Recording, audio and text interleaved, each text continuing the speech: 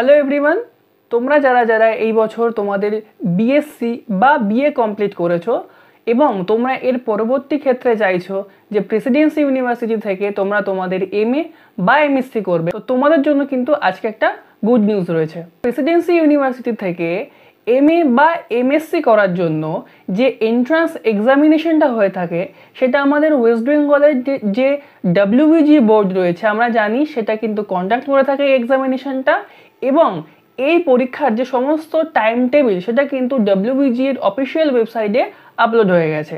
তো চলো আমরা সেই নোটিফিকেশনটা দেখে নিই। তো এখানে দেখো আমরা দেখতে পাচ্ছি যে 8 তারিখ থেকে 11 তারিখ পর্যন্ত কিন্তু এই এন্ট্রান্স এক্সামিনেশনের জন্য ফর্ম ফিল আপ চলবে।